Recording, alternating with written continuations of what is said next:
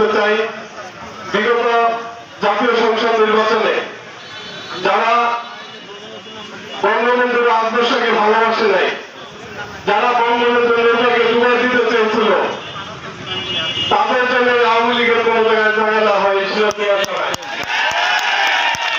আমি চাই আমাদের প্রিয় নেতা জনতা জনাব আলহাজ মহিউদ্দিন আহমেদ, আমি দলের হিসাবে ইউনিয়ন পরিষদের নির্বাচন করেছি, আমার মতো একজন সুমনিক আওয়ামী লীগের থাকলেও কিছু যায় আসে না, থাকলেও কিছু যায় আসে না, না থাকলেও যায় আসে না। কিন্তু তারা বঙ্গবন্ধুর নেতাকে ডুবাই দেওয়ার জন্য, শেখ হাসিনাকে নেতাকে ডুবাই দেওয়ার জন্য এই সিদ্ধান্তে কাজ করেছে, তাদের জন্য আমরা আগামী আওয়ামী লীগের যে কমিটি হবে সেই কমিটিতে যেন তাদের কোন জায়গা না হয়। আমাদের আলহাজ মহিউদ্দিন আহমেদের নেতৃত্বে এই সিরাজগঞ্জ শ্রীনগর ঐক্যবদ্ধ হয়ে কাজ করবে।